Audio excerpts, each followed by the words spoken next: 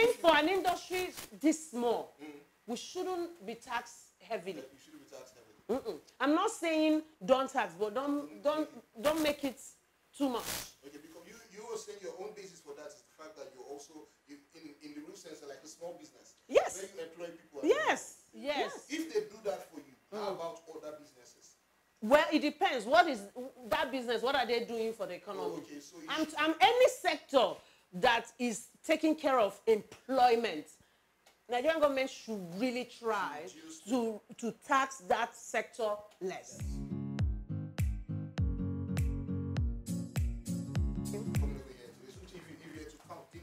You've been in the game for a while. Yes, like almost 2 decades. That's 20 years. 20 years. But can you count how many films you have made? No, not really. No, but if you were to give a number, it's more than 100. Thereabouts. Thereabouts. So let's say 190. Okay. 190 films. Where are you going with this? No.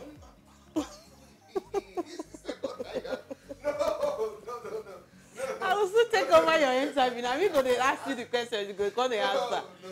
I feel like you've been around like 20 years, more than 100 films. Don't you ever get tired? And I know tomorrow you still have another film. You still have.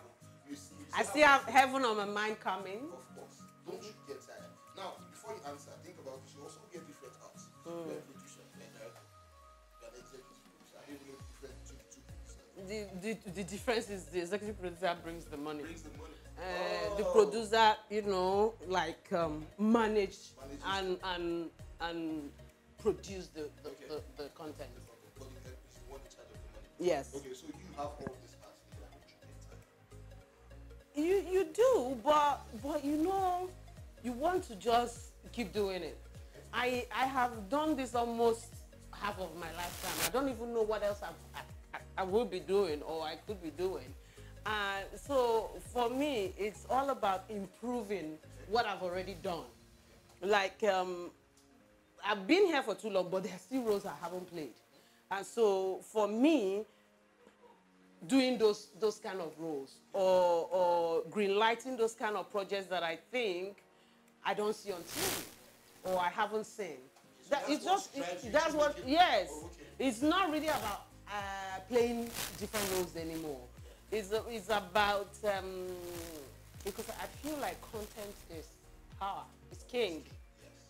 Yes. So, and I've been investing in Nollywood for the last 10 years. And it's not always rosy, of course. You get to a point that you ask yourself, what am I still doing here? And then you just keep at it, because it's better to keep at it, improving, than to be on the fence saying Nollywood is this or that and that, and you're not doing anything to change that narrative. If you think Nollywood is not doing what they should, and you're a practitioner, you should contribute your quota. That's how I feel. Do yours. Don't talk about it. Just set example. Produce the kind of films you want to watch. Write the kind of script you want to see. Direct the kind of films you want to go to cinema and watch. That's how I see it. That's to me, that's the driving force. Yes. Okay, this morning I was just checking around for researching it basically. I saw a tweet somebody said. He said the old Nollywood, like the films we used to watch back, the cameras were bad, but they could tell good stories. The stories actually. Stories were what was driving us. At that time. Okay, it wasn't the physio or anything. You know where I was going to. He says now today, it seems the directors and everybody is focusing on Big Bum Bum and Boys with his back. And the stories have disappeared. Do you agree with that? I don't particularly agree on focusing on Big Bum Bum. But to paraphrase, I feel like sometimes there's a shift in doing other things, getting the technical know-how right, and the physio, that's props and set and all that. And sometimes we're lacking in stories. I am, if you follow my films, you know that I like human stories. Okay. I love to tell stories that are very relatable. Yes. And when to me, I feel like it's what brought Nollywood to the table in the first place. because it was African people telling African stories to Africans before even any other person, you know, took notice of this industry. So I think since it was one of our biggest strengths, we should keep working on it. You know, we shouldn't let, you know, good stories, very dramatic stories, or even good stories with comic timing work disappear because we're chasing what we feel is sellable. I don't think our audience are that gullible. I think if you give people good stories, they will follow it. I mean, the success of King of Boys is one of that. Yes. Is a big example. Follow. Yes, follow your story. I think it just simply means tell your story. It doesn't matter if it's musical, drama, a trailer, whatever it is that your story is. Don't get carried away with, oh, will it sell, will it not? Just tell your story. You're a filmmaker. Yes. How did you join into Nollywood and stuff? Okay, first of all, it wasn't from nowhere because the journey that took me almost 6 years took some people 6 months. I was an underdog for a long time. I think in my own case, it was consistency. Even when I wasn't getting the lead roles that I wanted, I kept at it. I just kept improving on whatever was given to me. So at a point, people were already familiar with who I was. And I was also a script writer. I'm still a script writer. You know, so what I was doing at that beginning, because funny enough, my first 2 roles were leads. So I just thought that's how... But your first 2 roles in Nollywood? Yes. Were lead roles? Were lead roles. So I thought that's just how it will continue. So it didn't. And I kept, you know, getting lesser roles. But I wasn't turning down anything, so I just kept working. And I kept writing scripts, and I will write a role for myself. And then I will make you fall in love with my scripts. And then I will not tell you, that kid, I wrote for myself. Sometimes it worked, some it didn't. Yes, but I kept at it until Games Men Play. I think it was Games Men Play was after that role, which... Hello, I wrote for myself. And, you know, it was after that role that it kind of just redirected my career. After Games Men Play, that's the role that welcomed me into the A-list club. It's just like a song, that film made you blue. Yes. Yes. So and by then, I had been here like 5 years. You know, so it wasn't just from nowhere. But it took a lot of hard work behind the scenes. There were films I did that they didn't pay me. There were scripts that I edited for free. You know, I did a lot of work because at the end of the day, talent can only take you but far. And the way Nollywood is structured, you sometimes have to come in with something extra beyond just knowing how to act or being fine, Seth, don't even do anything these days. Do you understand? In fact, it will make people have you more. So this fine girl knows Sabia. Do you understand? Yes. So then you just have to find that thing that you are coming with, you know, and push with that. I remember how much you were paid in the first day. Since you had the first roles, 20,000, and one of it, which is Adure, I haven't been paid up till now. so I guess somehow. What year was this? I remember. 99. 99. Yes. 20K 99.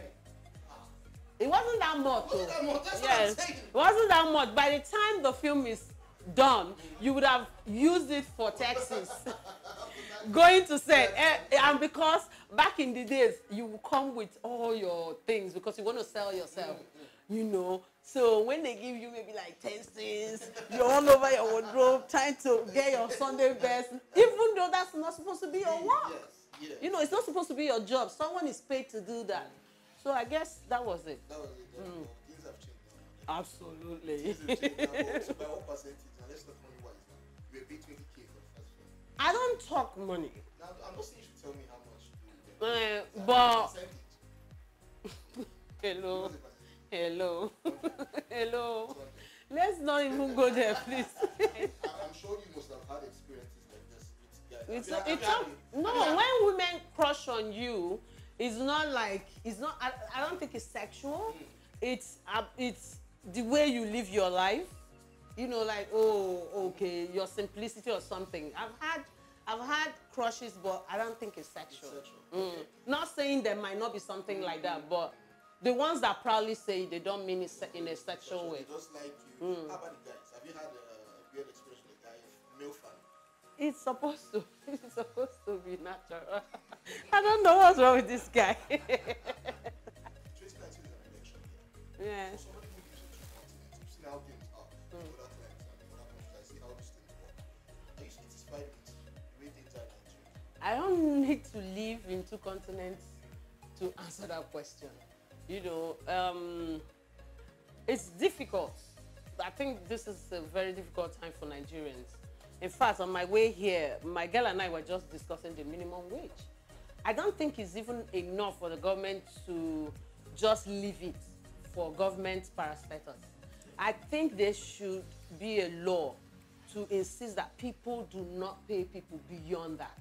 Let's truly 30K be the minimum wage. That's the lowest you can pay anybody. Do you understand? So that we take it to private sectors. Do you understand? Because people, Nigerians work hard, and for how hard they work, I don't think it's not just working.